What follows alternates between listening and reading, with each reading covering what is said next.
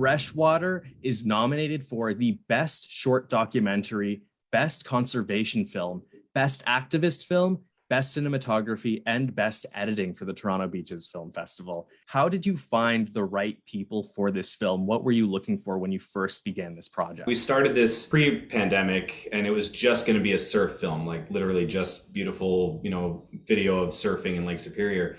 And then COVID shut us down, and we started trying to figure out a different storyline. And, we'd met some of these surfers already, and we had some good footage of them. But in trying to broaden the horizons of this film, since we had all this time to think about it, we started reaching out to people that might be able to give us a little more history and scientific fact on Lake Superior. It really did start from the simple question of how do these waves form? How is it possible people are surfing on a lake? And so we fired off an email to this amazing organization we found called the Large Lakes Observatory. And from there, they basically sent us all the scientists we could possibly handle. They said, here you go, you have all the access you need. And we got very fortunate, and they're just an amazing group to work with. During COVID, they said, no, you can't get on the boat. As we found out about it, we're like, well, obviously we need to get, put this in the movie. And they said, well, you can't get on it, COVID. And they said that for 2 years. And then we were talking to the director of the organization. And he said, hey, we have a cruise. They call it a cruise. We have a cruise going out on Thursday, and it was like Sunday. And they're like, if you can be here, you can jump on it. We've officially loosened up the rules a little bit. And so that was like a month before the film was going to premiere. Can you talk about how the subjects of the film informed the structure? As we sat back and we started, trying to talk to these scientists, and we had met so many people through these surfers, and what we ended up realizing, much like the other one, is that the main character ended up pivoting to be Lake Superior.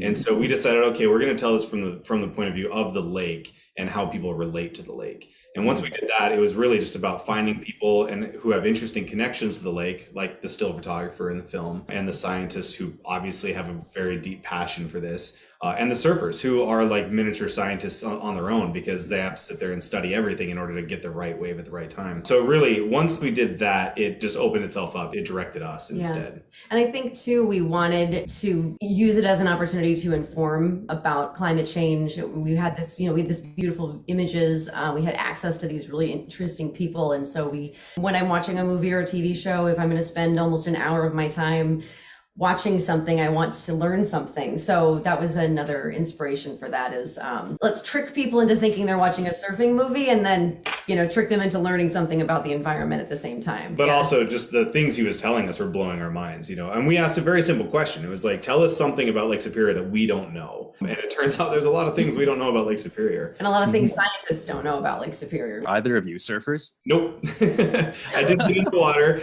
I got in the water with the photographer. I come from an action sports background. We were coming back from a camping trip up to the North Shore. We love that area. And we were just talking to each other about how we wanted to do a passion project that kind of encompassed all of our skill sets, which would be storytelling, action sports, all those things.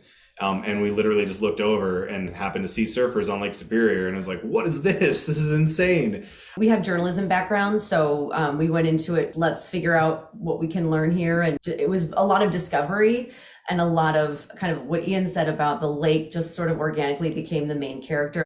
Just one element I picked up in the film, how they explain that it's much worse for you to drown in freshwater than saltwater. Can you go over that again? That just scared the bejesus out of me. So I wish I understood the science so I could explain it better, but I did research it because he said the same thing. And in the interview, I stopped and I was like, that can't be right. Like, you drown in water. That's just what you do. As far as I understand, it's something about in saltwater, essentially the molecules of saltwater line your lungs, and they don't allow the water to saturate your blood as quickly as freshwater does. So when you inhale freshwater, if you're underwater and you inhale it, that's that. There's no pumping it out of your body. There's a very small window to resuscitate from there. They do have like 8 to 10 to 15 minutes of a window to do CPR and get that water out of your lungs and bring you back around. So that was just one of his examples as to why freshwater is extremely dangerous to surfing. Is there a perception of this side is more American, this side is more Canadian in its way of managing the environment? Or do you feel there's something common? Is there a body that works on both sides of the border? Do you want to speak to that?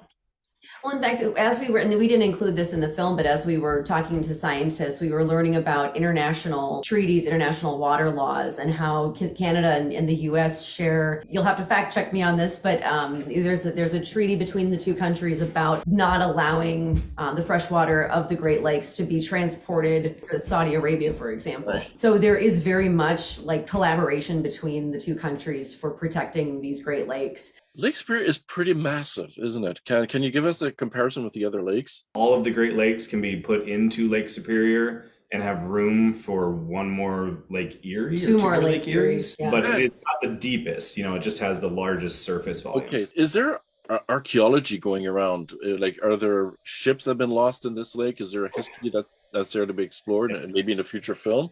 Yeah. Well, I mean, our son and Ian love to scuba dive, so that's actually on their wish list of looking through some of those shipwrecks. Yeah, there was a storm back in the 70s and a ship called the Edmund Fitzgerald. That was a very infamous shipwreck that claimed lives. But yeah, it's been known to take ships out in those big storms. And obviously it hasn't happened much recently. Like, modern technology has made it so it's possible to predict when the storms are happening and which direction the waves are coming from and stuff like that. But there are, I want to say there's hundreds of ships in Lake Superior that have sunk. And there are plenty of organizations that dive and go research them. The organizations that we spoke to, they don't really focus on that so much because it's not the impact on the lake that they're most focused on. They're looking at the microbiological level of it all and like looking at all the little things that were greatly affecting the lake itself. But there are plenty of really cool shipwrecks to go look at. Are you going to work with them again? Are you going to do a solo, at least with your photographer? Tell us a little more, please. Right. So Eric Wilkie and Christian Dahlbeck are the two characters you're referring to. Christian is the still photographer, underwater photographer. Eric Wilkie is the first surfer we met. They have a Facebook group that I reached out to, just trying to connect to these people and figure out, how we could get into this community. And he happened to be the moderator, and he messaged me right back and he said, come on out anytime there's waves. And so he was the one who would alert me to a storm that might be coming in. And I met him, and he was like, he just welcomed me into that community with open arms. But his attitude towards surfing in Lake Superior, one, making sure everyone's safe and not breathing in all that fresh water. And number two, making sure they know where to surf and how to surf and who they can reach out to for questions. He's just such an amazing human being and just so friendly and kind and warm. And obviously, as soon as we met him, we were like, okay, you're character number one. We got you. You're here. And he introduced us to Christian Dahlbeck because I asked him if there's anyone else who's doing a lot of stuff in the water. And he said, well, this guy over here, he's taking photos. And so I started talking to Christian, and he's, again, another extremely kind gentleman who just has an amazing story, as you see in the film. You were in the water filming at one point. When I was working with Christian, the only way to get footage of him doing his job is to be next to him doing his job. I just said, hey, what wetsuit do I need? And he said, get this wetsuit. Got a water housing for a smaller camera and jumped in with him. And it's amazing. It's something else. 34 degrees that day, but I always like to say it was 20 below air temperature. So the water was actually really nice to be in. So we spent about an hour and a half chasing each other around in the water. It was awesome.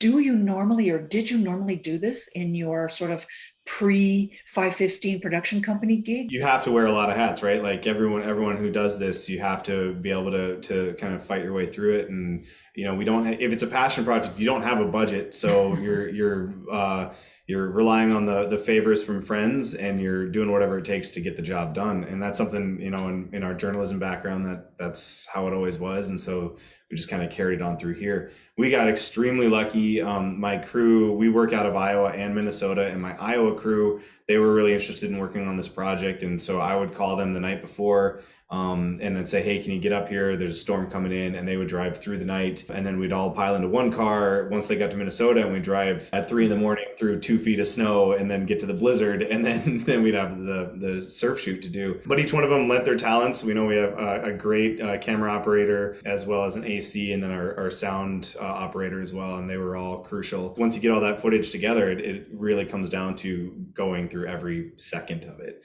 and finding the story that is there, but you just got to really find it now. And that's where she comes in. What have you learned about yourselves through the making of Freshwater? I have found a love for Lake Superior that the first few times we went through, it's pretty to look at. But I think I have learned that I have a deep passion for that lake now and for protecting that lake. So I think this film sparked a little bit more of that environmentalist in me that I think is in there, and it's helping it grow, which I think is great. And so, yeah, I think this film really helped grow us into a team that can help, protect Lake Superior.